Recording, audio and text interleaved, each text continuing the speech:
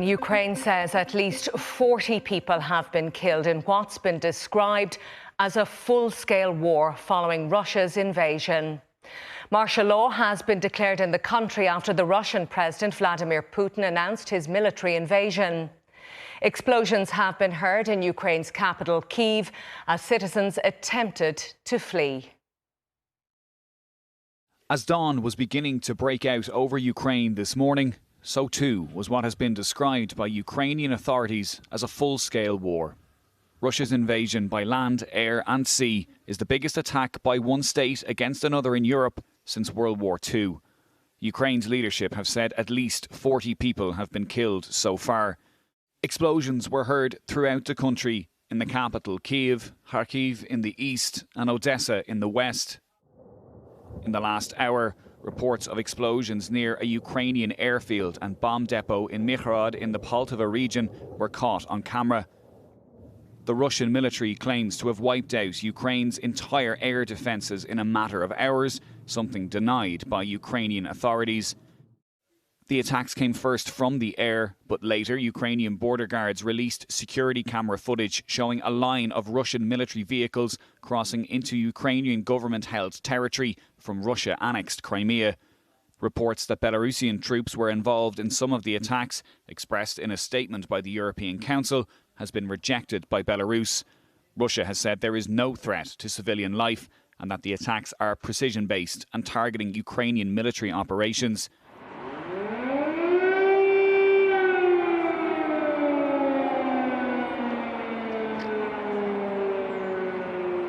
Just after 7 a.m. this morning, an air raid siren rang out around Kyiv. Since then, the roads out of Ukraine's capital have been packed as people flee their homes in the face of potential further attacks, as Europe and the world braces itself for what will now unfold, while residents of Kharkiv were seen praying in the city's main square. Rob O'Hanrahan, Virgin Media News. Well, world leaders have condemned Russia's invasion of Ukraine, describing it as the darkest hours for Europe since the end of World War II. The EU has promised massive and targeted sanctions. US President Joe Biden says the unprovoked and unjustified attack by Russian military forces will bring a catastrophic loss of life and human suffering. With his country under attack, Ukraine's president urged global leaders to send large-scale defence support and help protect its airspace from Russian aggression. Today, Russia began an attack on Ukraine. Putin began war against Ukraine, against the entire democratic world. He wants to destroy my country, our country, everything we've been building, everything we are living for. EU chiefs have been quick to condemn the attack. And once again, in the center of Europe, innocent women, men and children are dying of fear for their lives.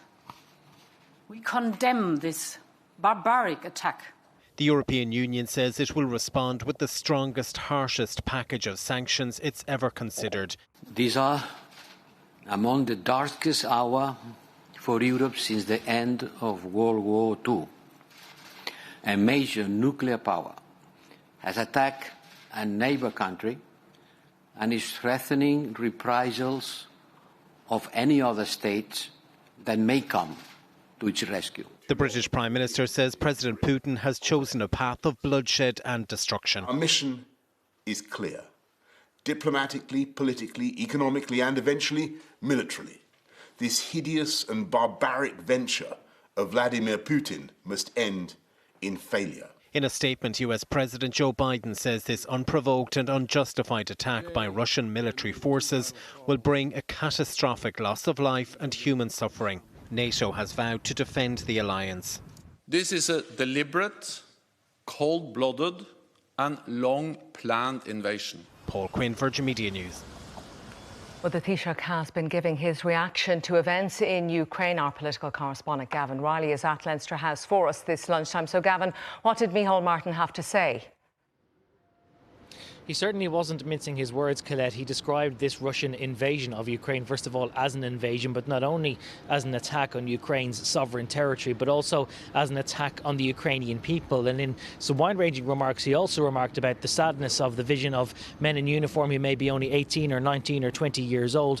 And why was it that one leader gets to decide what to do with their lives? When will they learn? Lives will inevitably be lost, families will be bereaved, and all of this could have been resolved and can be resolved. Now, Micheál Martin, as you've been hearing, will be taking part in that summit of EU leaders in Brussels later this evening, where they will discuss what they say is the tightest package of sanctions ever considered by the European Union. The Taoiseach was asked about the prospect, perhaps, of expelling the Russian ambassador to Ireland, Yuri Filatov, and although he didn't rule it out, he did say he was profoundly disappointed with some of the recent commentary of the Russian ambassador and how it has all proven to be untrue. He represents a government that has lied to the world and to the people it engaged with.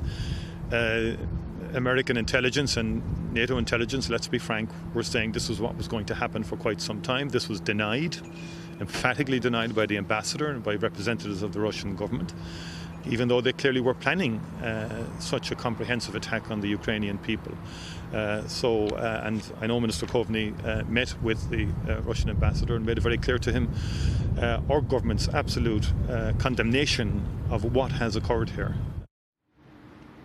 Now, in a sign last night of what the Irish government anticipated was likely to happen, Micheál Martin told the Fianna Fáil parliamentary party that he had asked every department of government to put forward contingency planning for what effects there might be in the event of a Russian invasion of Ukraine. To that end, he announced that this lunchtime the Department of Foreign Affairs and the Department of Justice will be waiving visa requirements for those coming from Ukraine. The idea of that being that there are still in the region of 70 Irish citizens still in Ukraine. Many of them may be reluctant to leave because they may be married to Ukrainian nationals, they may have children there, and they may have otherwise found it difficult to leave the country in those circumstances. The Irish government says it will now waive visa requirements for those people to assist their passage. Leo Varadkar in the Dáil for Leaders questions inside the last half hour has said that the Irish ambassador in Kiev is in a safe location, but warned that consular assistance for those who still remain in the country could be severely limited because of the developing situation in that country.